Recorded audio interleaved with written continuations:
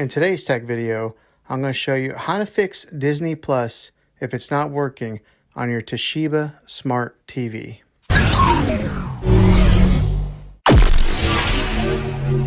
Okay, I'm going to show you really simple ways to try and fix this problem. Now the first one, it's probably the easiest one. What I'm going to want you to do is to unplug your TV from the wall outlet and wait 60 seconds. Then plug it back in.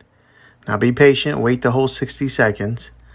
This is very different than turning off your TV with the remote control, so make sure you do it exactly like this.